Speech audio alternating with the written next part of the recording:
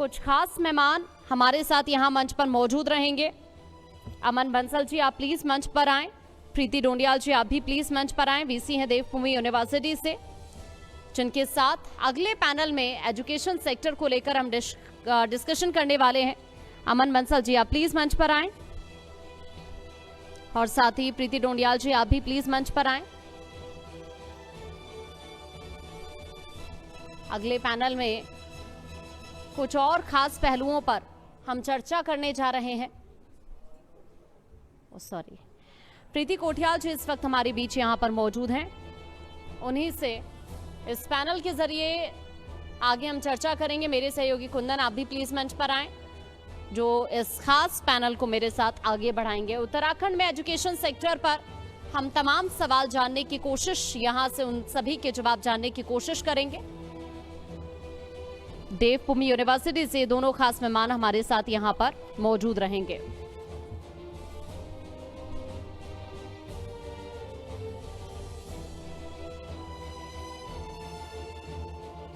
बहुत बहुत स्वागत है आप दोनों खास मेहमानों का। और सबसे पहले प्रीति जी, आप ही से मेरा सवाल है। देवभूमि यूनिवर्सिटी से आप हमारे बीच हैं अभी। थोड़ा सा एक तो देवभूमि यूनिवर्सिटी को लेकर भी दर्शकों को बताइएगा, और साथ ही यहाँ पर जो इस वक्त एजुकेशन सेक्टर है उत्तराखंड का, उसे आप किस तरह से देख रही हैं, वो भी जरा दर्शकों को बताइएगा। Thank you so much. सबसे पहले तो मैं जी न्यूज़ यूपी उत्तराखंड का धन्यवाद देना चाहूँगी कि हमें ये एक अपॉर्चुनिटी मिली अपनी सोच और अपने जो समझ है और जो हमारा विज़न है उसको साझा करने के लिए। आपका जो आज पैनल का थीम है विकास की देवभूमि, तो मैं इसमें जोड़ना चाहूँगी कि विकास की देवभूमि के लिए देवभूमि उत्तराखंड विश्वविद्यालय, हम उत्तराखंड के विकास के लिए शिक्षा के क्षेत्र में जो नए आयाम शुरू करना चाहते हैं, जो नए आयाम स्टैब्लिश करना चाहते हैं, हम उसके लिए पहले भी और अभी भी तत्पर थे। देवभूमि उत्तराखंड विश्वविद्यालय के रूप में अभी तीसरे साल में है, बट एक एजुकेशनल इंस्टीट्यूशन, एक ग्रुप ऑफ इंस्टीट्यूशंस के रूप में उसने करीब 18-19 साल व्यतीत किए हैं। और आप समझ सकते हैं कि इन 19 ईयर्स में उनका समाज के प्रति, उत्तराखंड के प्रति और जो अर्स्टवाइल यूपी था उसके प्रति क्या कंट्रीब्यूशन रहा होगा। हमारे स्टूडेंट्स बहुत बहुत नामी गिरामी कंपनीज में इस समय प्लेस्ड हैं। और अगर जो मैं एजुकेशन के क्षेत्र में उत्तराखंड, देवभूमि उत्तराखंड विश्वविद्यालय का योगदान की आप बात करते हैं, तो वो मैं कहूँगी कि जो हमारी यूनिवर्सिटी का जो विज़न है वो उसको एक बहुत अच्छे तरीके से समझाता है। हमारा जो विज़न है वो बात करता है to foster a society of, please मैं आपका ध्यान चाहूँगी, life long learners, because learning जो प्रोसेस है वो कभी रुकता नहीं है। सो आज के दौर में जो एक डिसरप्टिव टेक्नोलॉजीज़ का दौर है, जो एक ऐसा दौर है कि हमें नहीं पता कि आने वाले 10 साल और 20 साल में जो आज का जो हमारा स्टूडेंट है उसका वर्क प्लेस कैसा होगा। अच्छा, आपने अभी लर्निंग के दौर की बात की, इसी से जुड़ा हुआ मेरा एक आपसे सवाल है। अभी क्या होता है ना कि बहुत सारी ऐसी यूनिवर्सिटीज़ हैं, स्कूल्स में भी हम देखते हैं कि ज़्यादातर बच्चे जो ध्यान देते हैं रटने पर ध्यान देते हैं। तो आपसे मैं ये जानना चाहूँगी कि आप प्रैक्टिकली चीज़ों पर किस तरह से गौर करते हैं जिससे स्टूडेंट उसको समझ पाएंगे रटने के बजाय। So I think all the leading universities, educational institutions, even the government of India and world over, everybody has understood कि जो आज का जो एक छात्र है वो, जिसको हम जनरेशन Z कहते हैं, वो एक छात्र है जिसके लिए टेक्नोलॉजी उसके पाम पर है। उसको नॉलेज नहीं चाहिए आपसे, इन्फॉर्मेशन नहीं चाहिए, उसको आपसे लर्निंग्स चाहिए। और लर्निंग्स, जैसे आपने बिल्कुल कहा कि वो रोट लर्निंग से नहीं हो सकता। क्लासरूम टीचिंग जिसमें कि जो एक कन्वेंशनल थी, जिसमें कि कम्युनिकेशन एंड रिटेंशन का काम होता था, सिर्फ कि टीचर ने क्लास में बोला, हमने उसको रिटेन किया और हमने एग्जाम में जाके लिख दिया। सो वो समय अब खत्म हो चुका है। As I said just now that it is a time of disruptive technologies and a changing workplace. So technology हर दूसरे दिन कुछ changes ला रही है। तो rote learning की बजाय it has to be more of project oriented learning, it has to be more of an interactive classroom, it has to be more of experiential learning and experiential evaluation. और यहाँ मैं आपसे ये बात share करना चाहूँगी कि at Devbhoomi Uttarakhand university, keeping in sync with the national education policy, हमने पिछले साल एक्सपीरियंशियल लर्निंग के साथ साथ एक्सपीरियंशियल इवैल्यूएशन का प्रोसेस भी स्टार्ट किया है। तो हमारे कुछ वैल्यू एडेड और ओपन इलेक्टिव प्रोग्राम्स हैं जिसमें हम स्टूडेंट्स को कन्वेंशनल एग्जाम नहीं लेते हैं, हम उनसे प्रैक्टिकल्स और एक्सपेरिमेंट्स के थ्रू ही उनका इवैल्यूएशन करते हैं। उन्होंने जो कुछ सीखा वो हमें करके दिखाएं, चाहे वो ब्लॉग्स के थ्रू हो सकता है, चाहे वो वीडियोस बना के हो सकता है, चाहे वो कोई ड्राइव्स के थ्रू हो सकता है, चाहे वो जैसे फॉर एग्जांपल मैं आपको बताऊं, फर्स्ट एड हमारे यहाँ एक ओपन इलेक्टिव है जिसमें हम कार्डियो पल्मोनरी रिसैसिटेशन बच्चों को सिखाते हैं। सो स्टूडेंट को हम उसकी डेफिनेशन नहीं पूछने वाले, जब उसको हम इवैल्यूएट करेंगे हम उससे कहेंगे आप डेमोन्स्ट्रेट करके बताओ हमें कि कैसे करोगे, और उसको इवैल्यूएट करेंगे। So this is something which is going to prepare them for their future professional endeavours. Rote learning जो आप कह रही हैं वो नहीं करने वाली है।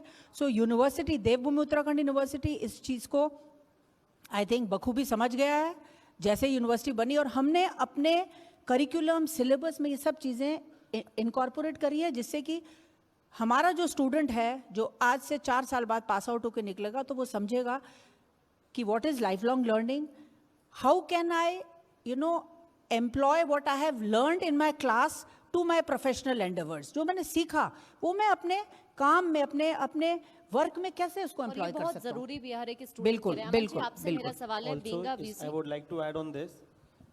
जब हम मैनेजमेंट की बात करते हैं, so management can not be actually mugged up. So management is all about practice and real life practice. That is why I am sure जो बाकी यूनिवर्सिटीज़ हैं वो भी इस पे पूरे फोकस कर रही होंगी। हम केस स्टडीज़ के बाहर कुछ नहीं पढ़ाते हैं। सो जो बुक्स हैं वो बच्चे के फ़ोन पर हैं, ई बुक्स उसके पास अवेलेबल हैं। We give them books for their carrying away in the at their homes. एक सिमुलेशन होता है जो आप सीखते हैं, तो एक सॉफ्टवेयर पे प्रैक्टिस करना होता है जिसमें आप रियल में एक कंपनी बनाते हैं एंड यू एग्जीक्यूट इट। तो जो बच्चा क्लास में पढ़ता है केस स्टडीज के माध्यम से, उसको सिमुलेशन पे प्रैक्टिस करता है। अच्छा, ये पैटर्न अभी सीबीएसई ने भी अपनाया है। हाँ जी, सीबीएसई ने अभी यही किया है कि हम 80% जो स्टूडेंट्स के मार्क्स हैं वो सारे सिलेबस पे तो रहेंगे, लेकिन 20% प्रैक्टिकल पर बेस्ड रहेगा, और जो रियल लाइफ के स्टडीज हैं उनको भी अब इसमें ऐड कर दिया है सीबीएसई ने, है ना। एक सवाल आपसे अभी मेरा ये है कि अभी आने वाले टाइम को लेकर, अभी मैम ने बताया कि किस तरह से लर्निंग प्रोसेस को लेकर क्या कुछ आपकी यूनिवर्सिटी कर रही है, लेकिन अभी अगली प्लानिंग क्या है? क्या कोई न्यू कोर्स डेवलप करने की कोशिश हो रही है? न्यू चीज़ ऐसी क्या आप लेके आने वाले हैं स्टूडेंट्स के लिए जो आप यहाँ से शेयर करना चाहेंगे? कुछ ऐसा नया इस दुनिया में अभी है नहीं जब तक आपके पास हाथ में टेक्नोलॉजी है। But surely when we talk about courses, बहुत कोर्सेज हैं जो हमारे उत्तराखंड में लैक हैं, जो प्रेजेंट ही नहीं है। Let's suppose when I talk about psychology, एक साइकोलॉजी बहुत इंपॉर्टेंट कोर्स है, एंड अगर वो लागू भी करा गया और अच्छी तरह उसको इम्प्लीमेंटेशन एग्जीक्यूशन हुई, आई एम श्योर उस साइकोलॉजी को if we take it to school level, जहाँ पर बच्चा स्कूल तो करता है लेकिन वो हायर एजुकेशन नहीं करता, उसके बाद there is a gap, there is a problem that the psychology of the student and the psychology of the parent is not in sync. उसको अगर हम तो शहर में बैठे हैं इसलिए ये प्रॉब्लम्स गाँव की हैं। अगर आप बिहार झारखंड जाएंगे या उत्तराखंड के बिल्कुल जो पहला गांव है चाइना से लगता हुआ, वहाँ जाएंगे, बच्चे ने 12th करी, चाहे वो लड़का हो चाहे लड़की हो, वो ये सोचता है कि बस मैं शादी करके अपना घर बसा लूँ, उसको आगे एजुकेशन के लिए जाना ही नहीं है। जब हम बात करते हैं GER की, जो 2030 तक हमारी गवर्नमेंट ने इनिशिएटिव लिया है, आई थिंक सबसे बड़ा इनिशिएटिव गवर्नमेंट का होना चाहिए to actually improvise on the psychology of the parent. जी चलिए, मैं एक सवाल मेरा ये है कि देवभूमि उत्तराखंड यूनिवर्सिटी बाकी यूनिवर्सिटी से, अगर मैं दोनों से सवाल लूँ कि कुछ क्या ऐसा अलग है जो आप पढ़ा रहे हैं बच्चों को या उन्हें दे रहे हैं? तो अलग तो जैसे मैंने अभी पहले भी कहा कि जो स्ट्रेस है वो एक इंटरैक्टिव क्लासरूम पे है, एक्सपीरियंशियल लर्निंग और इवैल्यूएशन पे है। आई थिंक जो हमारा एक्सपीरियंशियल इवैल्यूएशन का जो एक नया प्रोसेस है वो जहाँ तक मेरी नॉलेज है, मुझे लगता है उत्तराखंड अराउंड बहुत कम या कोई यूनिवर्सिटी नहीं होगी जहाँ एक्सपीरियंशियल इवैल्यूएशन का प्रोसेस स्टार्ट कर दिया है। हमने अपने करिकुलम में पिछले साल सोशल इंटर्नशिप का एक क्रेडिटेड कोर्स इनकॉर्पोरेट किया। हम बहुत सिंसियरली ये समझते हैं कि जो आज का स्टूडेंट है वो कुछ जो एक सोशल फैब्रिक है उससे थोड़ा दूर हटता जा रहा है। और अगर जो मैं नेशनल एजुकेशन पॉलिसी की बात करूं और मैं कहूं कि हमें उसके सारे टेनेट्स को एब्जॉर्ब करना है, तो NEP 2020 सबसे पहले कहती है कि holistic development. Holistic development means that मैंने एक डिग्री तो हासिल करी यूनिवर्सिटी में पढ़कर, बट क्या मेरे अंदर कंपैशन, एम्पैथी और सोसाइटी के लिए कुछ करने का जज्बा है? क्या मैं क्लाइमेट कॉन्शियस हूँ? क्या मैं समझता हूँ या समझती हूँ कि what is sustainable development and what I have to do for it? तो ये जो आज का स्टूडेंट है जो 20 साल 30 साल बाद एक इस देश का और एक पूरे ग्लोब का एक नागरिक होगा, तो क्या उसको इस चीज़ की समझ है? तो ये सब सोचते हुए एक होलिस्टिक डेवलपमेंट के लिए हमने सोशल इंटर्नशिप का एक क्रेडिट का कोर्स किया है, जो कि सेकेंड ईयर में स्टूडेंट्स को 15 दिन से 1 महीने तक का अपने घर पे जाएं, किसी NGO के साथ, अपने ग्राम प्रधान के साथ, अपनी पंचायत के साथ, जहाँ से भी जाके और कुछ सोसाइटी के लिए काम करें, उसकी एक रिपोर्ट प्रेजेंट करें। सो ये मैं समझती हूँ कि ये हमारे कुछ ऐसे पहल हैं जो बहुत कम यूनिवर्सिटीज़ में आपको मिलेंगे। और अभी आपने, I would also like to add, अभी हम चर्चा कर रहे थे कि हमने क्या नए प्रोग्राम्स इंक्लूड करे हैं, तो मैं बताना चाहूँगी कि हमारी यूनिवर्सिटी में करीब 120 प्रोग्राम्स इस समय चल रहे हैं। इस साल हम एक नया प्रोग्राम पब्लिक हेल्थ पे इनकॉर्पोरेट करना चाहते हैं, और उसके साथ साथ हम लॉ का एक प्रोग्राम इस साल स्टार्ट करें अपनी यूनिवर्सिटी में। और पिछले 2 साल से हमने एक नई मुहिम स्टार्ट करी जो काफ़ी यूनिवर्सिटीज़ ने अडॉप्ट करी हुई है। मैं ये नहीं कहूँगी कि हमारा कोई नया पहल था, बट देन एक हमारा कंट्रीब्यूशन है इसी एजुकेशन, हायर एजुकेशन के फील्ड में, जो कि इंडस्ट्री इंटीग्रेटेड प्रोग्राम्स हैं। तो हम industry experts, professor in practice जो रहते हैं, जो इंडस्ट्री से सीख के आते हैं, हम उनके साथ बच्चों की एक आई वुड से एक लिंक बनाते हैं और उनको क्लासरूम्स तक लाते हैं, सो दैट स्टूडेंट सिर्फ बुकिश नॉलेज ना गेन करे, बल्कि स्टूडेंट ये भी समझे कि जब मैं कॉर्पोरेट वर्ल्ड में जाऊंगा तो मेरे से क्या एक्सपेक्ट किया जाएगा, मैं किस तरह से तैयार रहूं कि वहाँ पे मुझे ज़्यादा दिक्कत ना आए। तो उसके लिए हम इंडस्ट्री को अपने कमरे में, अपने क्लासरूम में ला रहे हैं, जिससे कि बच्चा उस तरह से तैयार हो पाए। तो मुझे लगता है कि ये कुछ ऐसे पहल हैं जो हमने किए हैं, जो डेफिनेटली उत्तराखंड के छात्र छात्राओं और जो तमाम बाकी स्टेट्स के छात्र छात्राएं, मैं बताना चाहूँगी कि हमारे यूनिवर्सिटी में all over pan India students आते हैं, चाहे आप साउथ इंडिया की बात करें, चाहे आप वेस्टर्न इंडिया की बात करें, चाहे आप नॉर्थ ईस्ट की बात करें। लेकिन बहुत सारे वो भी स्टूडेंट्स हैं जो आपकी यूनिवर्सिटी में एडमिशन तो लेना चाहते हैं, लेकिन हम कह सकते हैं कि फाइनेंशियल इस तरह के नहीं है कि वो वहाँ पर एडमिशन ले पाएँ। तो अमन जी, आपसे मेरा सवाल है, क्या ऐसी कोई व्यवस्था है उन स्टूडेंट्स के लिए कि जो गरीब आपके यहाँ पर पढ़ना चाहता है, आप उसे वहाँ पर एडमिशन करा देते हैं इजीली? यस। सो इस पर मैं पहले बात करना चाहूँगा, जब हम बात करते हैं उत्तराखंड की। सो उत्तराखंड के बच्चों के लिए अगर कोई भी बच्चा एडमिशन लेना चाहता है, उसके लिए फ्लैट एक 25% स्कॉलरशिप होती है थ्रू द टेन्योर, जो बाकी बच्चों को जो उत्तराखंड के बाहर है उनको नहीं मिल पाती है। दूसरा, we have many NGOs on panel, बहुत NGOs हैं, वो वेरीफाई करते हैं, वो रिकमेंड करते हैं स्टूडेंट्स को, उन बच्चों की पूरी fees is taken care by the university. बच्चा 1 रुपये भी फीस नहीं देता है। सो अभी मैं बताना भी चाहूँगा कि लास्ट ईयर हमने 40 बच्चों को एडमिशन दिया है, जिनका सारा खर्चा यूनिवर्सिटी बेयर कर रही है। As of now when I am talking, in total we have around 90 students in the university who are not paying any kind of academic fees in the university to study.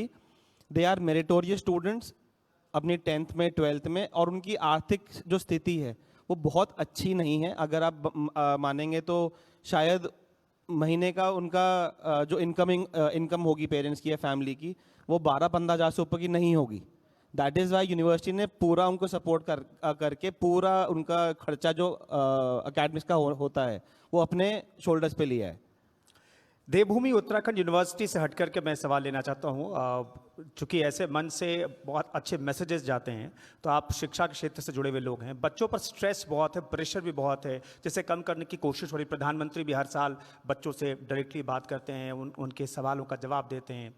आप दोनों से मैं जानना चाहता हूं कि इस स्ट्रेस के लेवल को आप लोग कहां देखते हैं, और इसे कम करने की जो कोशिश नेशनल लेवल पर जो एजुकेशन पॉलिसी में बदलाव किया गया, वो कितनी मददगार है वो पॉलिसी, और आप लोग क्या कहना चाहेंगे, बच्चों को कैसे अपने स्ट्रेस को मैनेज करना चाहिए? आपने बहुत एक रेलेवेंट क्वेश्चन किया और हम इस स्ट्रेस रिलेटेड बहुत सारी परेशानियों से जूझते हैं day in and day out. बिल्कुल। नेशनल एजुकेशन पॉलिसी ने भी इस मुद्दे को इम्पोर्टेंस दी है। अब इसमें इसके दो पहलू हैं। इसमें एक बहुत इम्पॉर्टेंट एस्पेक्ट है कि हमारा जो गवर्नमेंट ऑफ इंडिया है, it talks about equity and access in education. Now when I talk about equity and access in education, तो हम ये सोचते हैं कि हमारा हर तबके का, हर तरह का, हर भाषा, हर कल्चर, हर डाइवर्स बैकग्राउंड का जो बच्चा है वो अपस्किल्ड हो, स्किल्ड हो और professional degree, certification, vocational course के लिए करे और आगे बढ़े। आप जानते हैं कि India is a very young nation, right? And all the I would say the global future manpower is going to be generated from this great country. Now ये जो बच्चे हैं, जब ये यूनिवर्सिटी प्रेमिसेस में आते हैं, तो एक तो वो स्टूडेंट है जिसके ऊपर शायद सोशल मीडिया के कारण कुछ स्ट्रेस है आगे बढ़ने का। मैं चाहूँगी आपकी तरह बनूँ, आप चाहेंगे आप मेरी तरह बने, तो उसका स्ट्रेस है। बट आप उन मेजॉरिटी स्टूडेंट्स को, करोड़ों स्टूडेंट्स को समझिए जो सोशली और इकोनॉमिकली डाइवर्स बैकग्राउंड से आते हैं, डिसएडवांटेजेस ग्रुप्स हैं। I would like to share here at this platform कि एनईपी ने उनको SEDGs के नाम से एक एड्रेस करना शुरू किया, सोशो इकोनॉमिक डिसएडवांटेजेस ग्रुप्स। ये जो ग्रुप्स हैं, ये बच्चे जब मेन स्ट्रीम में आते हैं, हमारी यूनिवर्सिटी में आते हैं, हम बहुत फेस करते हैं। बच्चों को लैंग्वेज की प्रॉब्लम होती है, बच्चों को साइकोलॉजिकल इश्यूज होते हैं, they feel at times that they are mocked upon, उनकी मजाक बनाई जा रही है, वो झिझकते हैं कि वो खड़े होकर क्वेश्चन पूछ सके। उनका सोशल और फाइनेंशियल बैकग्राउंड बहुत कमज़ोर है, वो अपनी फीस नहीं दे पाते। तो उसके लिए हम लोग बहुत सारे ऐसे हमने प्रैक्टिसेस स्टार्ट करी हैं सो दैट ये जो स्टूडेंट्स हैं ये स्ट्रेस ना फील करें, साइकोलॉजिकली वीक ना फील करें और मेन स्ट्रीम में इनको किसी तरह की झिझक, हेजिटेशन और एक इन्फीरियरिटी कॉम्प्लेक्स का एहसास ना हो। एक बहुत इंपॉर्टेंट एस्पेक्ट है to have a counsellor on the campus. So the counsellor on the campus talks to the students and discusses their different type of issues. The issues can range from family background, parents having fights, not able to pay the fees. It can be related to the relationship with their opposite sex, opposite gender, which is very common nowadays. That also causes stress, lot of stress. So these all things are dealt with the counselor. It definitely helps. Apart from that, we at our university, to cater to their financial, Mr. Aman was talking about, how we help the financially insecure students. So we also have a scheme called as Earn While You Learn scheme. तो हम students को college hours के बाद 4 बजे बाद we provide them small jobs, whatever they are interested. It can be something as data entry. It can be something as small as, taking stock of the various laboratories.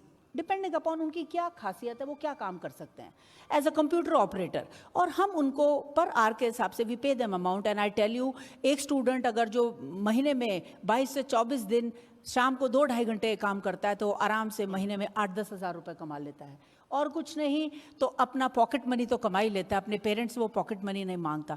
तो ये सारे जो I would say ये जो सारी पहल है इस तरह की, तो ये डेफिनेटली हेल्प करती है बच्चों को उस स्ट्रेस लेवल से बाहर आने में।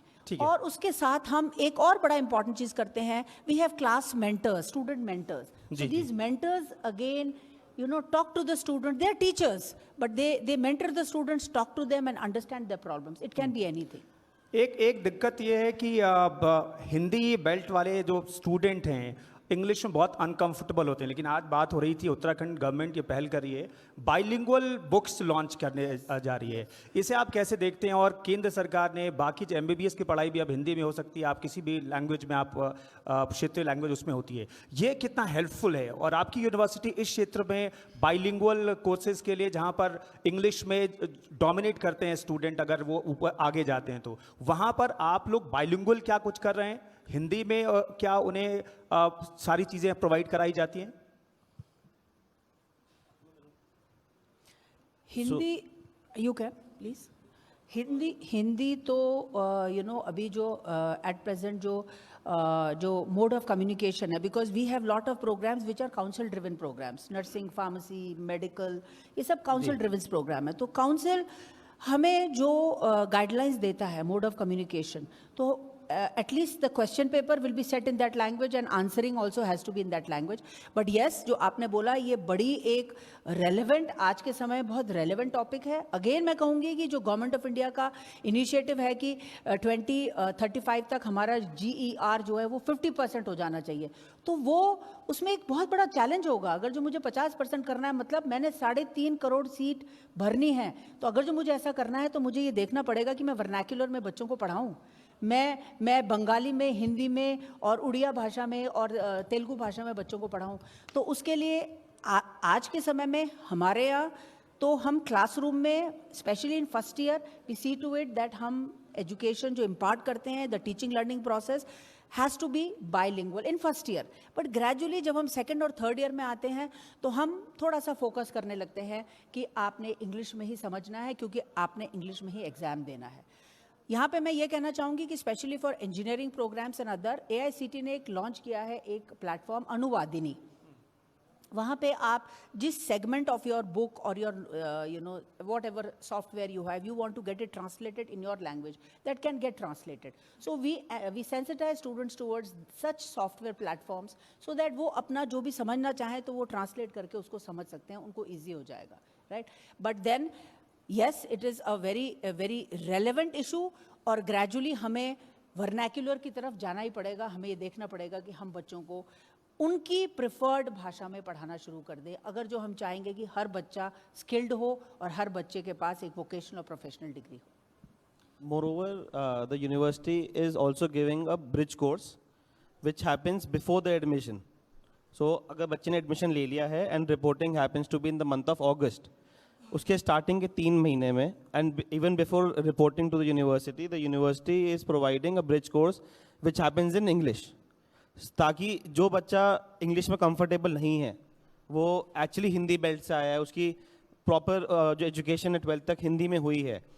हमें ये रियलाइज़ भी करना है, अगर बच्चे को प्लेस होना है आफ्टर द यूनिवर्सिटी, उसको इंग्लिश बोलनी ही पड़ेगी। अगर आप कोडिंग की बात करेंगे, जब हम कंप्यूटर साइंस में बात करते हैं, अभी मैम से मैं बात भी कर रहा था, एक सर्वे आया था कि आर्टिफिशियल इंटेलिजेंस कौन कौन सी इंडस्ट्री पे इम्पैक्ट करेगा, तो सबसे ऊपर इंडस्ट्री फाइनेंस की थी। जब हम आर्टिफिशियल AI की बात करते हैं, जेन AI की बात करते हैं, तो कोडिंग कोई भी हिंदी में नहीं हो सकती, बिकॉज जो भी कोडिंग है वो इंडिया में डिजाइंड नहीं है, वो बाहर डिजाइंड है। जो भी इसके प्लेटफॉर्म्स हैं, कंपनीज हैं, गूगल है, फेसबुक है, ये सब कंपनीज अमेरिका की हैं। सो उनके लिए नहीं, इंग्लिश मजबूरी है, लेकिन उस मजबूरी को बहुत हद तक हमने कम कर दिया है, बहुत कम किया है। And the university is also focusing upon teaching in English in the first year. धीरे धीरे उसको हिंदी में फर्स्ट ईयर में, सेकेंड, थर्ड, फोर्थ ईयर में इंग्लिश में। बट जैसे मैम ने भी कहा, फोकस करना ही पड़ेगा। बट उस फोकस के साथ साथ हमें यह भी रियलाइज करना पड़ेगा कि जॉब्स इंडिया में ज़्यादा हो, बाहर कम हो, तभी बच्चा इंग्लिश को छोड़ के हिंदी फोकस करेगा। जी जी, अगर उसको भारत देश में ही आगे जॉब भी करनी है तो। ठीक, शुक्रिया आप दोनों का हमारे साथ बातचीत करने के लिए, और बहुत बहुत शुभकामनाएं आपको, आपकी यूनिवर्सिटी के लिए। आपने नए कोर्सेज ऐड ऑन किया है और शिक्षा क्षेत्र में आप बहुत बेहतर काम कर रहे हैं। शुक्रिया, बहुत शुक्रिया आप दोनों खास मेहमानों का। मेरे सहयोगी कुंदन, आप प्लीज मंच पर ही रहे। अगले